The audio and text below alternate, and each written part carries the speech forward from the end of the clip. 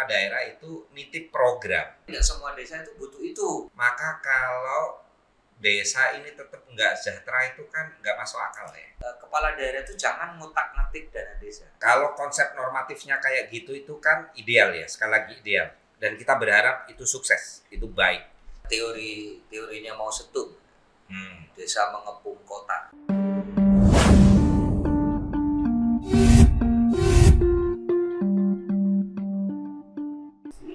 Oke, nah ini ada hal yang penting ya menurut saya. Sejak tadi sebetulnya penting, tapi saya ingin kembali ngecek.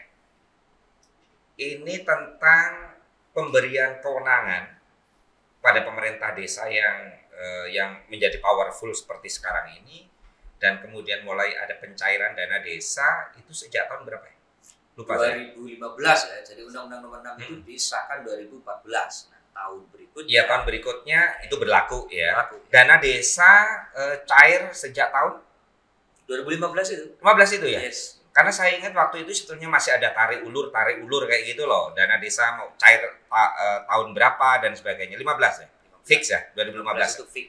Cuma 15 itu belum sampai ke 10%. Iya, iya. Bertahap. Gitu. Masih bertahap ya.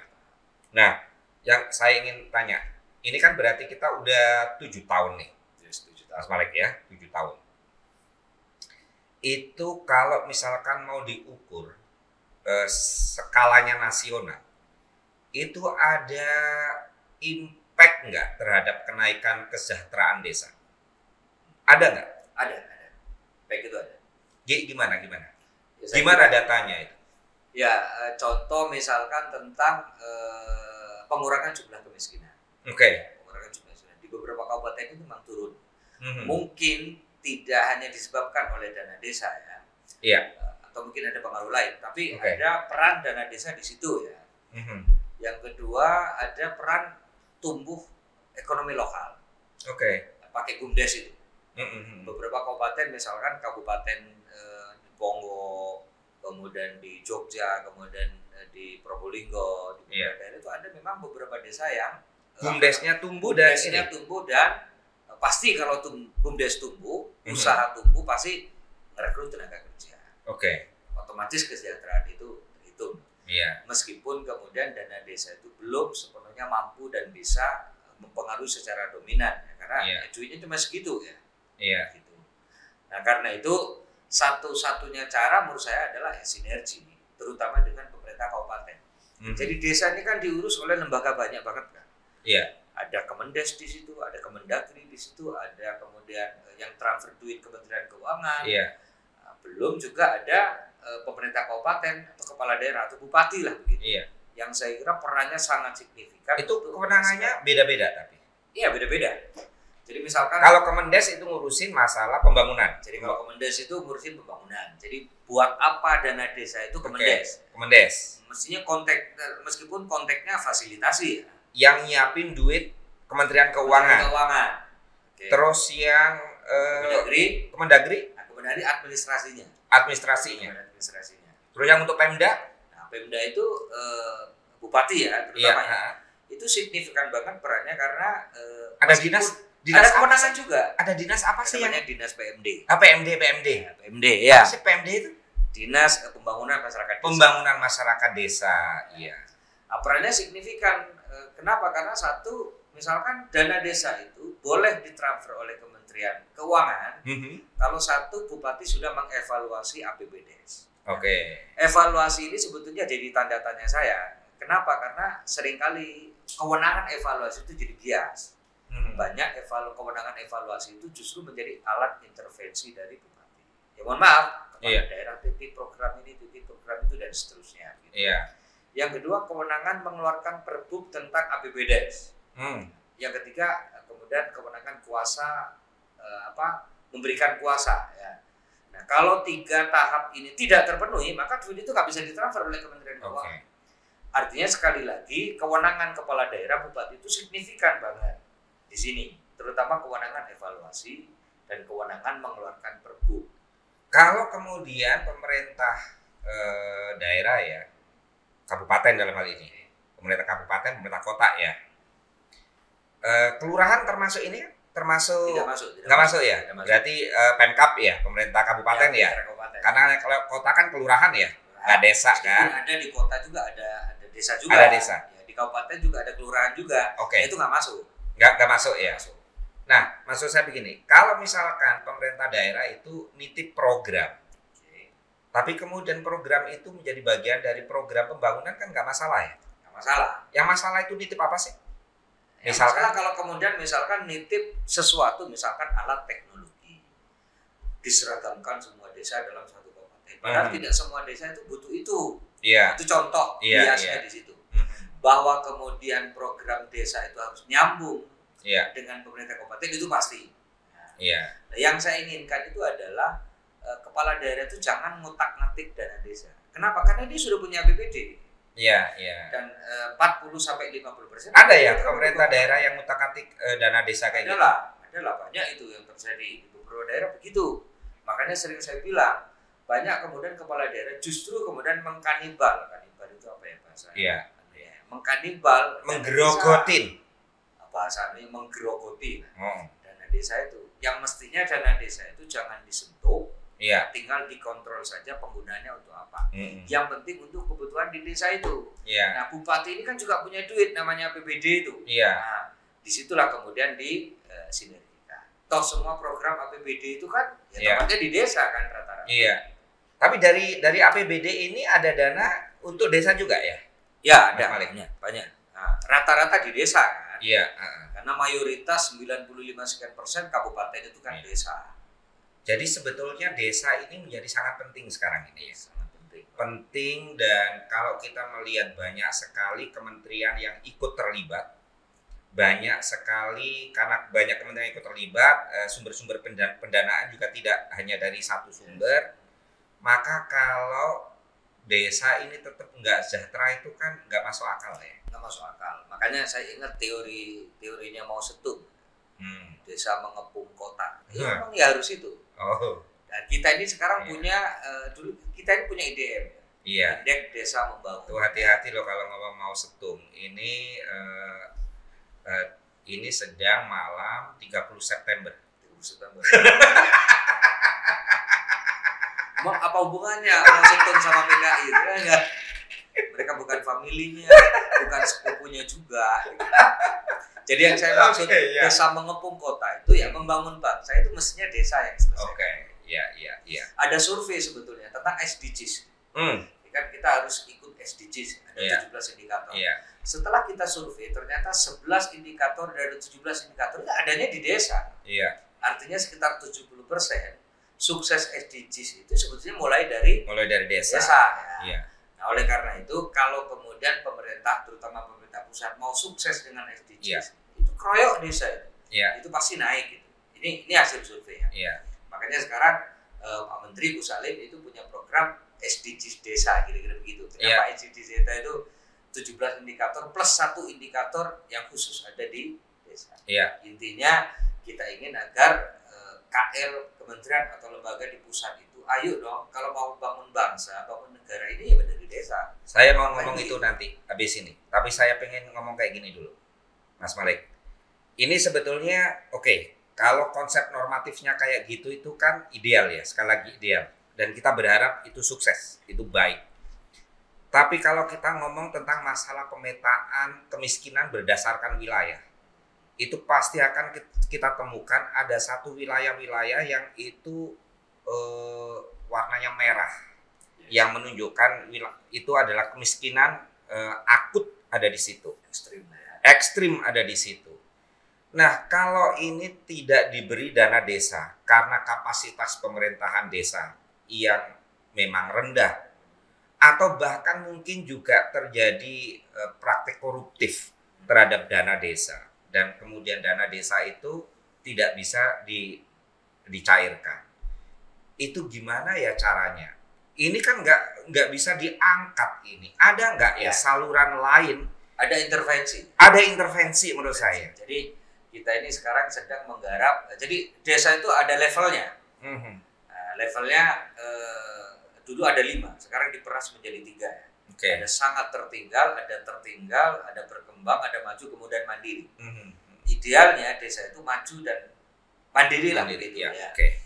Nah itu salah satu ngukurnya itu dari angka kemiskinan, termasuk kemiskinan ekstrim di dalamnya. Iya. Nah pemerintah pusat lewat Kemendes, lewat pariwisata, lewat PU itu ngeroyok itu apa namanya? Iya, yang ngeroyok. Turun bersama-sama untuk memastikan agar ekstrim itu bisa dikurangi atau bisa dihapus. Jadi nggak semata-mata melalui mekanisme yang tadi kita bicarakan itu ya. Dan ini tidak hanya mengandalkan dana desa. Jadi intervensi termasuk dengan logistik dan dananya itu. Iya.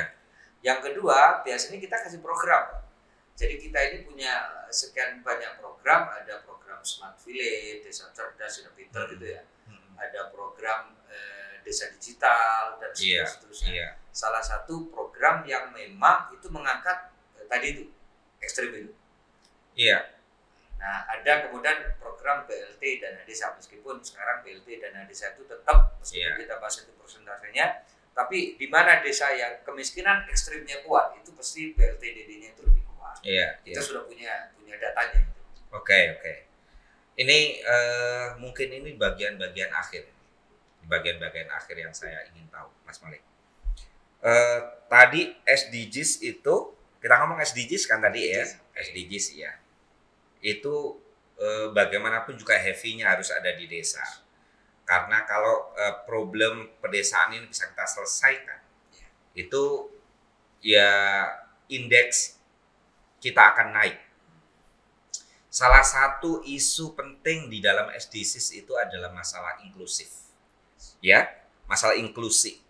Jadi tidak ada satupun kelompok sosial di dalam masyarakat itu yang enggak menjadi bagian dari proses perencanaan, penikmatan pembangunan hingga sampai dia terlibat untuk memastikan bahwa ini memang pembangunan ini dijalankan sesuai dengan aturannya.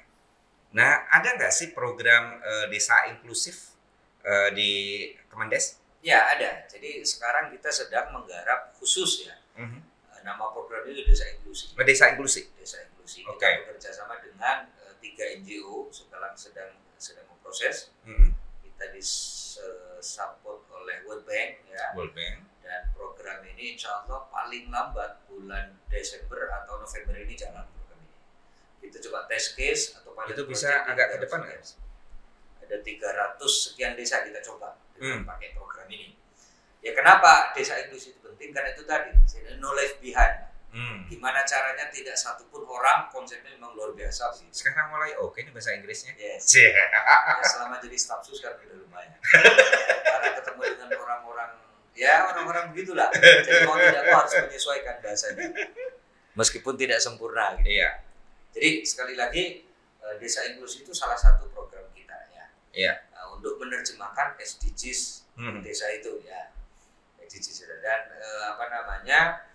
SDGs ini menurut saya sebetulnya turunan dari IDM. Jadi begini, tugasnya Kemendes PDTT ini adalah memfasilitasi satu agar dana desa itu benar-benar dirasakan oleh publik, oleh masyarakat. Iya. Caranya seperti apa? Maka semua program mulai RPJMdes, RKPBdes berdasarkan kebutuhan. Iya. Nah, gimana caranya kita melihat kebutuhan di bawah itu? Kan pasti pakai data. Yeah. Kita punya EDM, kita punya SDG sekarang ya. Kita modernisasi menjadi SDG. Disitulah kelihatan. Contoh misalkan program kemiskinan desa A misalkan. Yeah. Satu, dia sudah punya data kemiskinan sampai by name, by address. Yang kedua, dia bisa meneropong rumahnya orang miskin itu seperti apa sih? Contohnya misalkan ada satu rumah mungkin lantainya masih tanah, dindingnya masih bambu, tidak layak lah begitu. Itu diukur semuanya. Disitulah kemudian ada rekomendasi. Oh kira-kira kemudian saya sebagai kades mengalokasikan anggaran untuk program itu. Jadi kita fasilitasi sampai kemudian desa itu benar-benar tahu oh ternyata angka kemiskinan begini. Karena duit yang nggak cukup maka sekian orang kemiskinan kita atasi. Pertanyaannya apanya yang kita atasi? Apakah rumahnya atau biaya anak sekolahnya dan seterusnya itu. Jadi detail banget memang. Saya punya masih banyak sekali ya pertanyaan. Banyak sekali. Saya itu beberapa waktu yang lalu, mungkin setahun 2 tahun yang lalu saya melakukan riset tentang PKH. Ini memang nggak Kemendes, tapi pasti beririsan dengan sangat kuat karena ini ngomong tentang masalah kemiskinan di desa. Tentang data, itu kita sampai sekarang itu semua orang dibuat pusing. Jadi kepala desa itu teriak-teriak karena dia hanya mendapatkan list data dari pusat. Sementara para pendamping itu begitu dia mau mengagregasi data dari bawah, dia juga kebentur oleh kewenangan kepala desa yang tidak jarang, nggak selalu, tidak jarang juga manipulatif, memasukkan para pendukungnya, keluarganya, sehingga nggak sungguh-sungguh bisa melihat data kemiskinan. Nah, yang kita inginkan sebetulnya adalah data tunggal kan tentang kemiskinan. Jadi sejak tadi kita ngomong tentang kita kroyok. Kalau datanya nggak valid gimana tuh Mas? Dan itu masalah serius. Masalah serius sampai sekarang. Jadi kemarin kita coba test case dengan BLTDD ya. Jadi ketika Pak Presiden mengeluarkan Perpu, karena pandemi itu, salah satu isi Perpu itu adalah Kementerian Desa diperintahkan, diinstruksikan untuk mengeluarkan bantuan langsung dana desa, bantuan langsung tunai dana desa. Nah, ini kita kemudian instruksi kepada semua kepala desa. Nah, salah satu yang menjadi problem besar adalah memang data kita ini tidak update, tidak mutakhir, kemudian kadang-kadang tidak relevan gitu. Salah satunya adalah menurut saya adalah struktur pemutakhiran dan struktur updating data kita. Jadi banyak misalkan data dari pusat itu justru nggak update, kepala desa jadi bingung. Jadi bingung. Dan tapi begitu dikasih kewenangan kepala desa, jadi manipulatif juga. Tapi jadi begini, test case kita di BLTDD dana desa itu adalah lumayan tepat sasarannya. Kenapa? Karena lebih detail. Jadi bayangkan misalkan BLT dana desa itu di desa itu paling kisaran 100 orang, 150 orang. Dan kalau kemudian kepala desanya itu tidak tepat sasaran atau karena faktor subjektif gitu, itu bisa jadi ramai di desa itu. Nah, yang kedua menurut saya adalah sebetulnya kan makanya kenapa kita pakai SDGs? Karena ingin agar data itu benar-benar itu tadi update, mutakhir dan relevan begitu. Sehingga kemudian masalah makanya dulu ketika BLTDD itu diluncurkan, kita kemudian meminta kepala desa satu bikin musdes, musyawarah desa namanya. Pekerjaannya hanya dua yang diputusin. Yang pertama adalah memutuskan KPM, kelompok penerima manfaat. Yang kedua adalah berapa uang besarannya yang dikeluarkan dari dana desa itu. Nah, KPM itu kemudian harus disinkronisasi di Dinsos. Nah, ketika sinkronisasi berjalan, sudah terjadi kemudian ketidakwajaran itu. Nah, kenapa? Salah satunya diakibatkan oleh data DTKS kita itu tidak update, mutakhir. Sementara data desa itu meskipun update, seringkali subjektivitas itu terjadi. Kalau saya ngomong sih nggak subjektif, manipulatif. Itu bahasa halusnya. Saya terbiasa dengan bahasa yang lebih sopan. Jadi kita di pemerintahan ini terbawa dengan bahasa-bahasa. Misalkan dulu zaman Pak Harto kan orang diganti ditinjau kembali. Jadi menaikkan harga apa kemarin yang ramai itu? Yang kemarin ramai demo-demo itu apa namanya? Harga BBM. Namanya bukan menaikkan tapi menyesuaikan. Jadi kamu sekarang udah mulai terkena virus kayak gitu. Oke, Mas Malik, ini yang terakhir ya, Ini udah malam sekali nih. Ini anak istriku udah telepon mulu sejak tadi itu. Saya ini sedang menjalankan tugas negara. Saya dicek. Nih, jadi kalau misalkan semua ini seluruh konsep-konsep baik itu ya, itu kita jalankan, beberapa hal yang kita anggap ini akan terjadi kebocoran kita mitigasi dengan baik. Ada target nggak sih? Ya sebetulnya Pak Menteri ya Gus Halim Iskandar itu ditargetkan 10.000 untuk menaikkan status desa.